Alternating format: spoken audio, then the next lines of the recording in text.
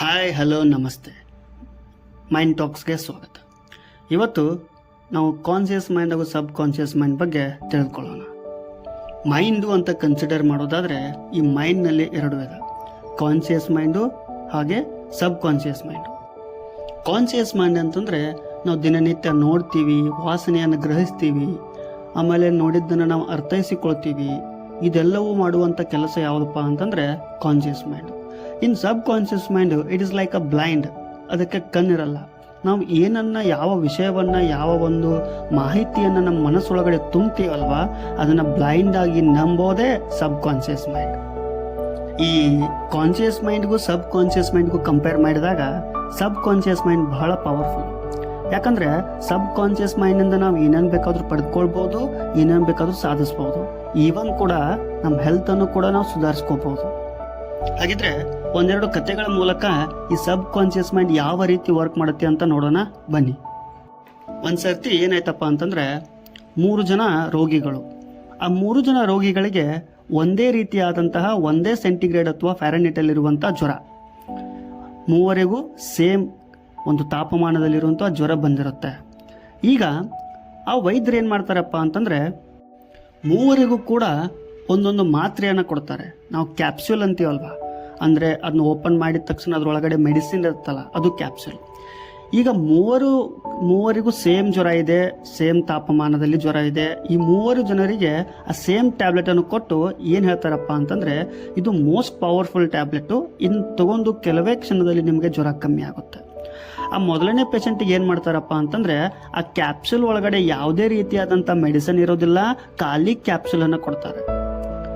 ಆಮೇಲೆ ಎರಡನೇ ವ್ಯಕ್ತಿಗೆ ಏನು ಹೇಳ್ತಾರಪ್ಪ ಅಂತಂದರೆ ಇದು ಕೂಡ ಪವರ್ಫುಲ್ಲು, ಅವನಿಗೆ ಏನು ಮಾಡ್ತಾರೆ ಅದರಲ್ಲಿ ಅರ್ಧ ಮೆಡಿಸಿನನ್ನು ತುಂಬಿ ಇದು ಪವರ್ಫುಲ್ ಟ್ಯಾಬ್ಲೆಟ್ ಅಂತ ಹೇಳಿಕೊಡ್ತಾರೆ. ಇನ್ನು 3ನೇ ಪೇಷಂಟಿಗೆ ಏನು ಮಾಡ್ತಾರಪ್ಪ ಅಂತಂದರೆ ಅದರೊಳಗೆ ಫುಲ್ ಮೆಡಿಸಿನ್ ಇಟ್ಟು ಅವನಿಗೆ ಕೊಡ್ತಾರೆ. ಸೇಮ್ ಡೈಲಾಗನ್ನು ಹೇಳ್ತಾರೆ, ಸೇಮ್ ಒಂದು ಮನಸ್ಥಿತಿಯನ್ನು ಅವರಲ್ಲಿ ತುಂಬ್ತಾರೆ. ಏನಪ್ಪ ಅಂತಂದರೆ ಇದು ಪವರ್ಫುಲ್ ಟ್ಯಾಬ್ಲೆಟು, ನೀವು ಇದನ್ನು ತಗೊಂಡು ಕೆಲವೇ ಕ್ಷಣಗಳಲ್ಲಿ ನಿಮ್ಗೆ ಜ್ವರ ಮಾಯ ಆಗುತ್ತೆ ಅಂತೇಳಿ. ಆದರೆ point to be remembered here is that first ಪೇಷಂಟಿಗೆ ಏನಾಗಿರುತ್ತೆ, ಅವನ ಮೆಡಿಸಿನಲ್ಲಿ, ಅವನ ಕ್ಯಾಪ್ಸೂಲಲ್ಲಿ ಯಾವುದೇ ರೀತಿಯಾದಂಥ ಮೆಡಿಸಿನ್ ಇರಲ್ಲ. ಎರಡನೇ ಪೇಷಂಟಿಗೆ ಅರ್ಧ ಮೆಡಿಸಿನ್ ಇರುತ್ತೆ, 3ನೇ ಪೇಷಂಟಿಗೆ ಫುಲ್ ಮೆಡಿಸಿನ್ ಇರುತ್ತೆ. ಸೊ ಪೇಷಂಟ್ಗಳು ಅದನ್ನೇ ನಂಬಿ ಏನು ಮಾಡ್ತಾರಪ್ಪ ಅಂತಂದರೆ ಆ ಒಂದು ಕ್ಯಾಪ್ಸೂಲನ್ನು ತೆಗೆದುಕೊಳ್ತಾರೆ. ತೆಗೆದುಕೊಂಡು ಕೆಲವೇ ಕ್ಷಣಗಳಲ್ಲಿ ಮೂವರಿಗೂ ಸಡನ್ ಆಗಿ ಜ್ವರ ಕಮ್ಮಿ ಆಗುತ್ತೆ. ಸೊ ಹಾಗಾದರೆ ಇಲ್ಲಿ ಕೆಲಸ ಮಾಡಿದ್ದೇನು, ಕ್ಯಾಪ್ಸೂಲ್ವಾ ಅಥವಾ ಮೆಡಿಸನ್ನ ಅಥವಾ ಡಾಕ್ಟರ್ ಹೇಳಿದ ಮಾತಾ? ನಾವಿದನ್ನು ಅವಲೋಕಿಸಿ ನೋಡಿದಾಗ ಇಲ್ಲಿ ವರ್ಕ್ ಮಾಡಿದ್ದು ಡಾಕ್ಟರ್ ಹೇಳಿದ್ದೇನು ಮಾತ್ರಿದೆ ಅಲ್ಲ, ಅದು ಏನು ಹೇಳಿರ್ತಾರೆ ವೈದ್ಯರು ಅಂತಂದರೆ, ಈ ಒಂದು ಮಾತ್ರೆ ತುಂಬ ಪವರ್ಫುಲ್ ಇದೆ, ತೆಗೆದುಕೊಂಡು ಕೆಲವೇ ನಿಮಿಷಗಳಲ್ಲಿ ನಿಮಗೆ ಜ್ವರ ವಾಸಿ ಆಗುತ್ತೆ ಅಂತ ಹೇಳಿದ್ರಲ್ಲ, ಆ ಒಂದು ಮಾತು ಎಲ್ಲಿ ಪರಿಣಾಮ ಬೀರ್ತು, ಸಬ್ ಕಾನ್ಷಿಯಸ್ ಮೈಂಡ್ ಮೇಲೆ. ಸೊ ಹೀಗೆ ಸಬ್ ಕಾನ್ಷಿಯಸ್ ಮೈಂಡಿಗೆ ನಾವು ಏನು ತುಂಬ್ತೀವಲ್ವಾ, ಅದನ್ನು ಅದು ಫೀಡ್ ಮಾಡಿಕೊಂಡು ಅದನ್ನೇ ನಂಬ್ತಾ ಹೋಗುತ್ತೆ. ಇದಕ್ಕೆ ಇನ್ನೊಂದು ಉದಾಹರಣೆ ಅಂತಂದ್ರೆ ಇನ್ನೊಂದು ಕತೆ ಬರುತ್ತೆ. ಒಂದ್ಸರ್ತಿ ಒಂದು ಊರಲ್ಲಿ ಒಬ್ಬರು ತಾತ, ತುಂಬ ವಯಸ್ಸಾಗಿರುವಂಥ ವ್ಯಕ್ತಿ, ಅವನ ಮಗ ಕೆಲಸಕ್ಕೋಸ್ಕರ ಯಾವುದೋ ಒಂದು ದೂರದ ಊರಿನಲ್ಲಿ ಸೆಟ್ಲ್ ಆಗಿರ್ತಾನೆ. ಈ ವಯಸ್ಸಾದ ಮುದುಕ ಮನೆಯಲ್ಲಿ ಒಬ್ಬನೇ ಇರ್ತಾನೆ, ಅಪ್ಪ. ಸೊ ಹುಷಾರಿಲ್ಲದ ಕಾರಣಕ್ಕಾಗಿ ಆಸ್ಪತ್ರೆಗೆ ಹೋಗಿ ಚೆಕಪ್ಗೆ ಅಂತ ಹೋದಾಗ ಅವನು ತಿಳಿಯುತ್ತೆ, ಡಾಕ್ಟರ್ ಹೇಳ್ತಾರೆ, ಇಲ್ಲ ನಿಮಗೆ ಕ್ಯಾನ್ಸರ್ ಇದೆ, 3rd ಸ್ಟೇಜಲ್ಲಿ ಕ್ಯಾನ್ಸರ್ ಇದೆ, ಇನ್ನೇನು ನೀವು ಉಳಿಯೋದಿಲ್ಲ, ಭಾಳ ದಿನ ಬದುಕೋದಿಲ್ಲ. ಸೊ ನಿಮ್ಮ ಬಂಧು ಮಿತ್ರರಿಗೆ ಮತ್ತು ನಿಮ್ಗೆ ಬೇಕಾದವ್ರಿಗೆ ತಿಳಿಸ್ಬಿಡಿ ಅಂತ ಹೇಳ್ತಾರೆ.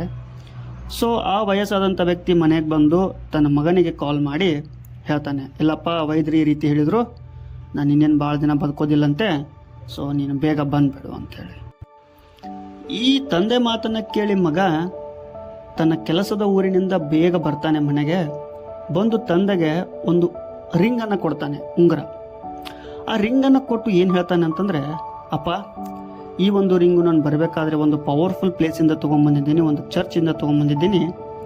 ಸೊ ನೀನು ಇದನ್ನು ಡೈಲಿ ಬೆಳಗ್ಗೆ ಎದ್ದ ತಕ್ಷಣ 3 ಸರ್ತಿ ಉಜ್ಜಿ ಏನು ಅನ್ಬೇಕಪ್ಪ ಅಂತಂದರೆ, ನನಗೆ ಯಾವುದೇ ರೀತಿಯಾದಂಥ ರೋಗ ಇಲ್ಲ, ನಾನು ಹೆಲ್ದಿಯಾಗಿದ್ದೀನಿ, ನಾನು ಕಂಪ್ಲೀಟ್ಲಿ ಫಿಟ್ ಆ್ಯಂಡ್ ಫೈನ್ ಅಂತ ನೀನು ಬೆಳಗ್ಗೆನೂ ಅನ್ಬೇಕು, ಮತ್ತು ಅವಾಗವಾಗ ಇದನ್ನು ನೀನು ಅಂತಾನೆ ಇರಬೇಕು. ಮಲಗೋಕ್ಕಿಂತ ಮುಂಚೆನೂ ಕೂಡ ಈ ಮಾತನ್ನು ನೀನು ಮಲಗಬೇಕು. ಸೊ ಇದು ಪವರ್ಫುಲ್ ಪ್ಲೇಸಿಂದ ತಂದಿರೋ ಉಂಗುರ ಆಗಿರೋದ್ರಿಂದ ನಿನಗೆ ಖಂಡಿತವಾಗಿ ಕಮ್ಮಿ ಆಗತ್ತೆ ಅಂತ ಹೇಳ್ತಾನೆ.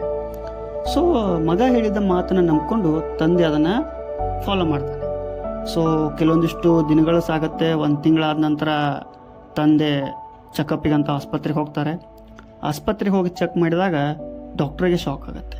ಸೊ ಕ್ಯಾನ್ಸರ್ ಅನ್ನುವಂಥ ರೋಗ ಏನಿದೆಲ್ಲ ಕಂಪ್ಲೀಟಾಗಿ ಗುಣಮುಖ ಆಗಿರುತ್ತೆ. ಸೊ ಇಲ್ಲಿ ಆ ತಂದೆ ವಾಪಸ್ ಮನೆಗೆ ಬಂದು ತನ್ನ ಮಗನಿಗೆ ಸ್ಟಾರ್ಟ್ ಮಾಡ್ತಾನೆ, ಇಲ್ಲಪ್ಪ ನಿನ್ನ ರಿಂಗ್ ಎಲ್ಲಿಂದ ತಂದಿದೆಯಲ್ಲ ಅಲ್ಲಿಗೆ ನಾನು ಕರ್ಕೊಂಡು ಹೋಗು, ನಾನು ಹೋಗಲೇಬೇಕು, ನಾನು ಆ ಚರ್ಚನ್ನು ನೋಡಲೇಬೇಕು, ಅಷ್ಟು ಪವರ್ಫುಲ್ ಪ್ಲೇಸ್ ಇದೆ, ನಾನು ಒಂದು ಸರ್ತಿ ಆದರೂ ಭೇಟಿ ಆಗಲೇಬೇಕು ಅಂತ ಹೇಳಿ. ಸೊ ಅವಾಗ ಮಗ ನಕ್ಕ ಹೇಳ್ತಾನೆ, ಅಪ್ಪ ಇದು ನಾನು ಎಲ್ಲಿಂದನೂ ತಂದಿಲ್ಲ, ಬರಬೇಕಾದ್ರೆ ರೋಡ್ ಸೈಡಲ್ಲಿರುವಂಥ ಒಂದು ಅಂಗಡಿಯಿಂದ ತಂದಿದ್ದೀನಿ. ಇಲ್ಲಿ ವರ್ಕ್ ಮಾಡಿದ್ದು ಯಾವುದೇ ರೀತಿಯಾದಂಥ ರಿಂಗೂ ಅಲ್ಲ, ಯಾವುದೇ ರೀತಿಯಾದಂಥ ಚರ್ಚು ಅಲ್ಲ. ಇಲ್ಲಿ ವರ್ಕ್ ಮಾಡಿದ್ದು ನಿನ್ನ ಸಬ್ ಕಾನ್ಷಿಯಸ್ ಮೈಂಡು, ನೀನು ಯಾವ ರೀತಿ ಪಾಸಿಟಿವ್ ಥಾಟ್ಸ್ಗಳನ್ನ ನಿನ್ನ ಮನಸ್ಸಿನಲ್ಲಿ ತುಂಬ್ಕೊಂಡಿದ್ದೀರಲ್ಲ ಅದು ವರ್ಕ್ ಆಯ್ತು ಇಲ್ಲಿ ಅಂತ ಹೇಳ್ತಾನೆ. ಸೊ ಹೀಗೆ ಈ ಸಬ್ ಕಾನ್ಷಿಯಸ್ ಮೈಂಡ್ ಅಷ್ಟೊಂದು ಪವರ್ಫುಲ್ ಆಗಿರುತ್ತೆ. ಸಬ್ ಕಾನ್ಷಿಯಸ್ ಮೈಂಡಿಗೆ ಇನ್ನೊಂದು ನಾವು ಉದಾಹರಣೆ ಕೊಡೋದಾದರೆ, ಸಬ್ ಕಾನ್ಷಿಯಸ್ ಮೈಂಡ್ ಯಾವ ರೀತಿ ವರ್ಕ್ ಮಾಡುತ್ತೆ ಅಂತಂದರೆ, ಇದೊಂದು ಬೋಟ್ ಥರ, ಸಮುದ್ರದಲ್ಲಿರುವಂಥ ಬೋಟ್ ಥರ. ಹೇಗೆ ಮೇಲೆ ನಾವಿಕ ಇರ್ತಾನಲ್ಲ, ಅವನಿಗೆ ಸಮುದ್ರದಲ್ಲಿರುವಂಥ ನೋಟ ಚೆನ್ನಾಗಿ ಕಾಣ್ತಾ ಇರುತ್ತೆ, ಯಾವ ಕಡೆ ಶಿಪ್ಪನ್ನು ನಾನು ಸಾಗಿಸ್ಬೇಕು ಅನ್ನೋದನ್ನು, ಅವನ ಕೈಯಲ್ಲಿ ಸ್ಟೇರಿಂಗ್ ಇರುತ್ತೆ. ಸೊ ಅವನೇನು ಮಾಡ್ತಾ ಇರ್ತಾನೆ, ಕೆಳಗಡೆ ಇರುವಂಥ ವರ್ಕರ್ಸ್ಗಳಿಗೆ ಕಲ್ಲಿದ್ದಲನ್ನು ಒಗಿಲಿಕ್ಕೆ ಯಾವ ರೀತಿ ನಿದರ್ಶನವನ್ನು ಕೊಡ್ತಾ ಇರ್ತಾನಲ್ಲ, ಕಲ್ಲಿದ್ದಲನ್ನು ಎಷ್ಟು ಪ್ರಮಾಣದಾಗ ಒಗಿಬೇಕು, ಜಾಸ್ತಿ ಹಾಕಿದರೆ ಜಾಸ್ತಿ ಫಾಸ್ಟಾಗಿ ಓಡುತ್ತೆ, ಕಮ್ಮಿ ಹಾಕಿದರೆ ಕಮ್ಮಿ ಓಡುತ್ತೆ. ಬಟ್ ಎಲ್ಲ ಕಂಟ್ರೋಲ್ ಇರೋದು ಆ ನಾವಿಕನ ಕೈಯಲ್ಲಿ. ಸೊ ಈ ಕಲ್ಲಿದ್ದಲನ್ನು ಒಗಿತಾ ಇರ್ತಾರಲ್ಲ ಅವ್ರು ಸಬ್ ಕಾನ್ಷಿಯಸ್ ಮೈಂಡ್ ಥರ, ನಾವು ಏನನ್ನ ಹೇಳ್ತೀವಲ್ಲ ಅದನ್ನೇ ನಂಬುತ್ತೆ. ಸೊ ಅದಕ್ಕೋಸ್ಕರ ಯಾವಾಗಿದ್ರೂ ನಾವು ಪಾಸಿಟಿವ್ ಥಾಟ್ಸ್ಗಳನ್ನ ಮನಸ್ಸಿನಲ್ಲಿ ತುಂಬ್ಕೋಬೇಕು.